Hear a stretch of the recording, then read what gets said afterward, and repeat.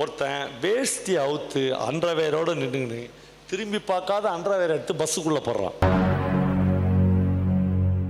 அடங்க உட்கால ஒழி, நான் தான் உட்காந்தங்க அப்படின்னு மறுபடியும் சண்டை ஆரம்பிச்சது.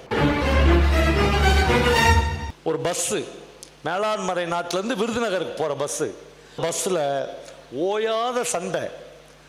திடீர்னு அண்ணாச்சி வண்டி நிறுத்து, இந்த பிள்ளைக்கு இடுப்பு வலி வந்துச்சுன்னு ஒருத்தன் கத்துறான்.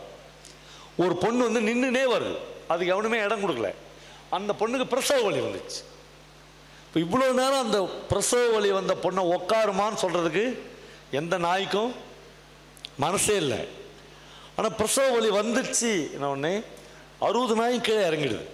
கடகடன்னு எல்லாரும் இறங்கி ஒருத்தன் வேஷ்டி அவுத்து அண்டர்வேரோடு நின்றுன்னு திரும்பி பார்க்காத அண்டர்வேர் எடுத்து பஸ்ஸுக்குள்ளே போடுறான். தரை கட்டணுமா, தரை கட்டி ஒரு அரை மணி நேரத்தில் அந்த அம்மாவுக்கு பிரசவம் பஸ்ஸிலே ஆகிடுது. எல்லாம் முடிஞ்சிடுதா, கண்டக்டரை பார்த்துட்டு நேராக ஆஸ்பத்திரிக்கு போய் இந்த அம்மாவை ஆஸ்பத்திரியில் ஒப்படைச்சிட்டு போயிடலான்னு ஒரு விசில் அடிக்கிறாரா. எல்லாரும் கடகடன்னு மேலே ஏறி ஓடுறாங்களா. அடங்க உட்கால ஒழி, நான் தான் உட்காந்தங்க அப்படின்னு மறுபடியும் சண்டை ஆரம்பிச்சது. அப்போது மனிதன் ஒரு மகத்தான சல்லி பயல் தான். அவனுக்கு எப்போ வேஷ்டி அவுத்து கொடுக்கணும்னு தெரியுது, எப்போ சண்டை போடணும்னு தெரியுது, எல்லாமே தெரியுது அவனுக்கு. எப்போ பக்கத்தில் இருக்கிறவனை கெட்ட வார்த்தை சொல்லி ஆத்தா அம்மான்னு திட்டுறதுக்கும் தெரியுது. இதுதான் லைஃப் சார், இதுதான் வாழ்க்கை.